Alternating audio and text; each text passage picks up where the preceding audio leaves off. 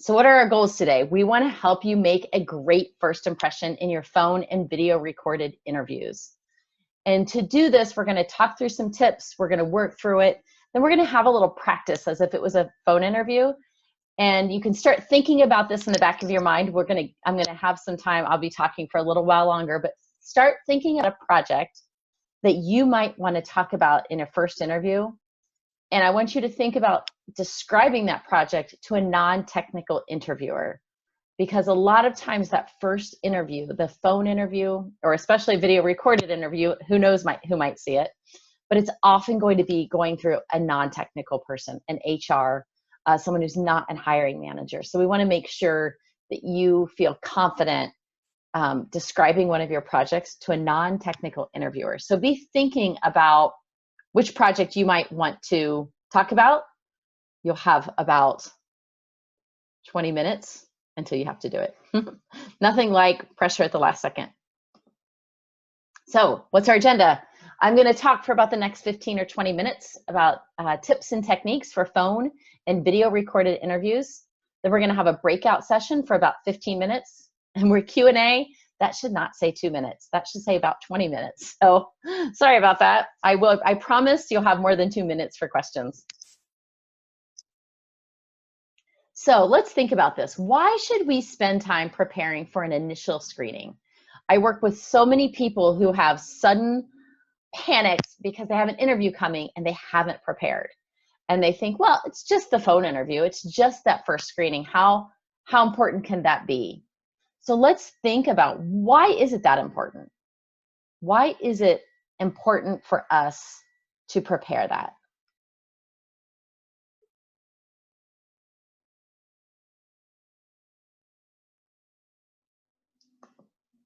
And if we think about that, it's all about first impressions. We all know that first saying up at the top, you never get a second chance to make a first impression. And that's what we really need to work on. And that next quote, I think, is very typical. 33%, I would guess even higher, of interviewers claim to make a yes or no decision in 90 seconds. So you think about that. They have an impression of you. All you've really pretty much had time to say is hello and maybe a little bit about yourself. And they've already started subconsciously, unconscious bias, whatever it is, made a decision whether they think you're the right person to go to the next round. So really, really important to get that first impression right. And this bottom one, I've talked to a few recruiters who've told me the same thing, that they have more rejections happening after the phone interview stage than ever before. And I think that's a really interesting thing to think about. And there's a couple reasons where people think it might be happening. One, there's a lot of maybe discrepancies about what people think the applicant tracking systems are getting them for candidates, what that AI screening, although you and AI, we got to improve this, because they're finding that all that keyword search is not always necessarily getting them the right candidates in the first round. But another reason people think phone interviews, these rejections are happening, is because people don't have the phone skills that they used to. People aren't talking on the phone as often as they used to. People aren't needing to use their voice and think about their inflection and getting their point across in a stronger way, because they've been able to text or email, or if you are in person, use those different skills. So really, really important to have strong vocal skills, and we're going to talk about some of those. But first, let's get some of your input. What do you think you can do to make a great first impression? If your friend was going into an interview right now and they said, what should I do to make a good first impression? What are you going to tell them? I'm going to pop over and make sure I can see my chat box. Oh, Brett is saying the presentation isn't shared, and I couldn't see the chat box. So feel free to unmute yourself and speak up if we've got a technical problem. Let me share that. Sorry, everyone. I was under the impression it was all happening. So let me get the question up here. Post your answers in the chat box. How can I make a great first impression? Imagine you are talking to a friend right now who is going into an interview, and you need to tell them what should they do to make a great first impression.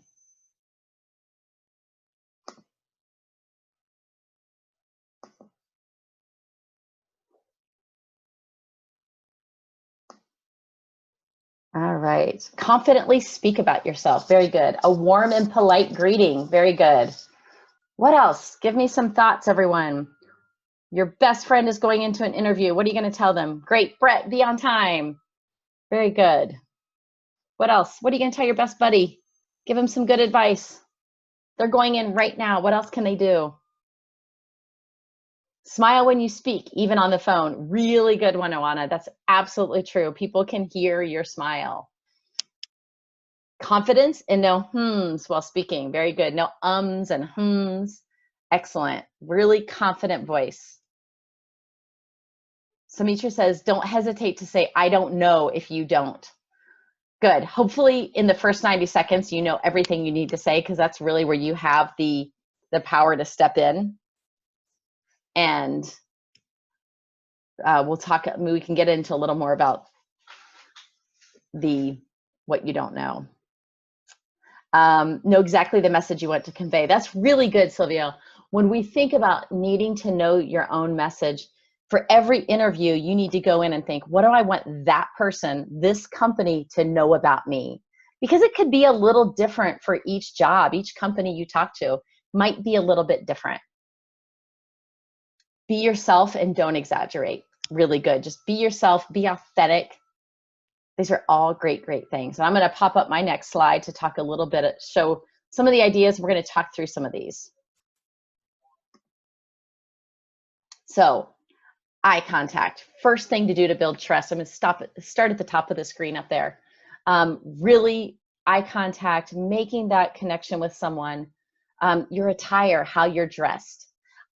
We'll get into a little bit more about phone and video interviews, but always dress for the interview. Even if you know you're just going to be, sitting in your home office, or you're going to be stepping out of a meeting, dress for the interview.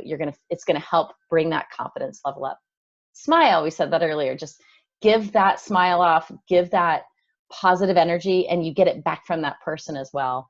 And yes, if you've seen my tips this week in the Student Hub or on Slack, people can hear your smile. It actually, when we smile, our brain sends endorphins. And those of you who might have a medical background know better than I do, but it really helps spread the endorphins, that positive energy, and someone smiles back at you.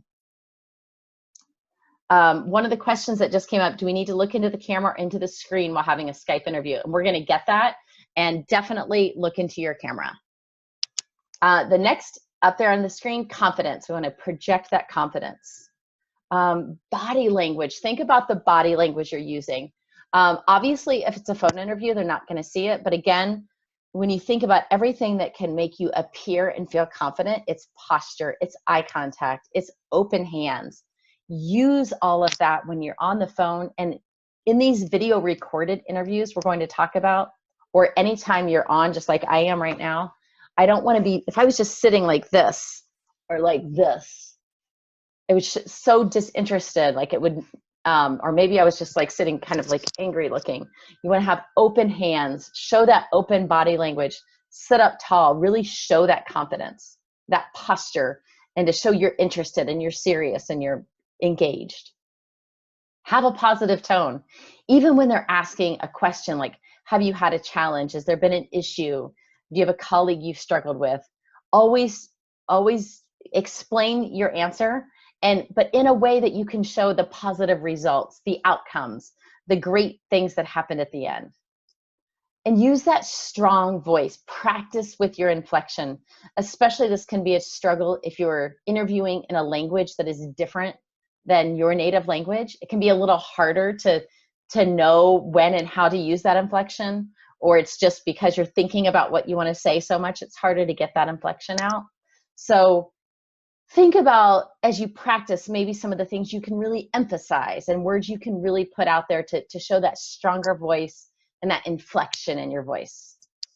And of course, using just professional body language, professional speaking language, grammar, everything to just come across really polished and confident.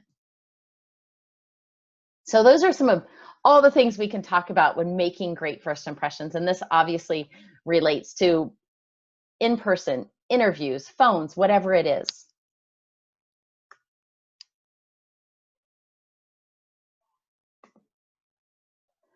So what we're going to, again, go through today, we're going to talk a little bit more about phone and video recorded interview etiquette. We'll learn some tips and techniques besides those first impressions we just talked about. Then we're going to have a little practice. We're going to go into breakout rooms, and that's where you're going to describe your project to a non-technical person. And if you struggle to think about that, some people say, think about if you were describing it to your 7-year-old niece or child, or maybe you were describing it to your grandmother. Smart people, just not educated in the technical areas of what you do. So think about describing it to someone you know has no technical background. That's where you're lucky that Brett and I are on, because we'll be popping in and out of the rooms and we'll be giving you some feedback. Can I understand it? Can Brett understand it? Do we understand what you're trying to articulate? Again, that's just a practice so that we could have some time with the workshop today. So, phone interview basics. Typically, it's a first round screening. It can last anywhere from 15 minutes to 30 minutes. And it really depends. Like sometimes people get worried if it's cut really short, they feel like it just didn't go well. Sometimes they're just asking a couple really quick questions and they got enough to know they want to bring you back. But the longer you can keep them on and keep it interested and have like a little bit longer is always better. Typically, these will be arranged via email with a very specific time and a specific person who is going to call you. So you shouldn't just have like a random call and they say, hey, I have a phone, can I interview you right now? It should be something that's planned in advance. And again, it's often with a non-technical person. I'm gonna pop over to the questions real quick. The question is, could you elaborate on a strong voice?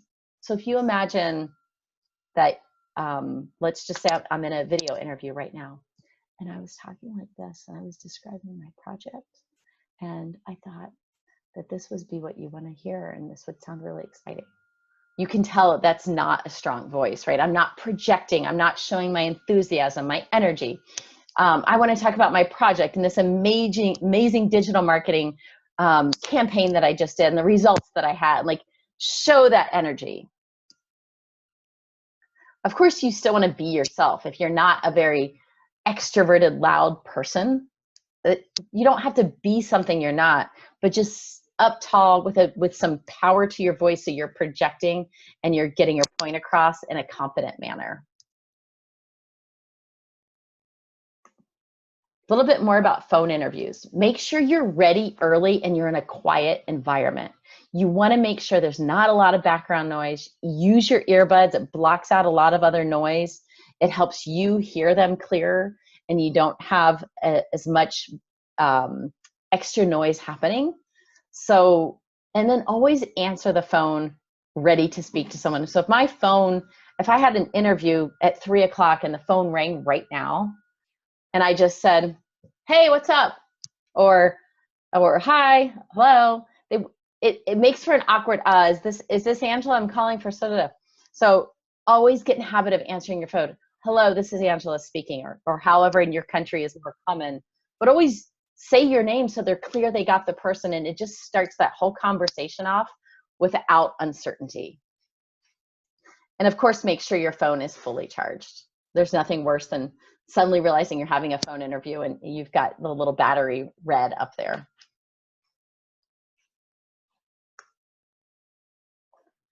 Video recorded interviews. So if you haven't had one of these yet, sometimes Spark Hire and Hire View, VUE, are two common ones. This is where a lot of times it can be a very automated process in terms of you might apply to a company and you'll immediately within an hour, 5 minutes, get an invitation that says, would you like to submit a video interview? So would you like to participate in our video interview submission? And So good and bad. One is that you're getting into their database. Bad is that if companies are always sending it, sometimes you don't know if anyone's ever really watching that, and it's just going into a database that could be searched someday. But either way, definitely do it. Get the experience, get your name in there. It does often also result in another round. So what usually happens is you've applied online, you get the email invitation, and it will give you a time window that you need to submit. So it might say you have 5 working days or you have 48 hours, whatever it is. You do it at your convenience, but it does have a very specific time window. So make sure that you read those emails closely to see when the deadline is. Typically, it's through a third party, like I mentioned. HireVue or Spark Hire are 2 big ones. They can be around 20 to 40 minutes in duration. And typically, they are timed questions. So a question will pop up on the screen. Sometimes it's even a video of someone asking you a question, a recorded video that they say, hi, please now introduce yourself and tell us a little bit about your education background, whatever they might say. They'll give you the question, then they typically will give you a minute or 2 to read that question and prepare and think about your answer. Then you hit a record button when you're ready, and you have, that will be timed as well. It's usually between, I've seen 2 to 4 minutes to provide an answer. When you're done answering, you hit the button to turn it off, and it stops recording. If you're talking and you're out of time, it will just shut you off. I always tell people not to panic. If you see that start to happen, just keep talking as if that wasn't going to happen. Try not to be talking and go, oh no, I only have 3 seconds. I have to stop, anything like that. So sometimes it gives you only one chance. So you answer that question, you recorded it, it's done. Some companies are a little nicer and they let you have multiple chances or a couple chances to erase and try again.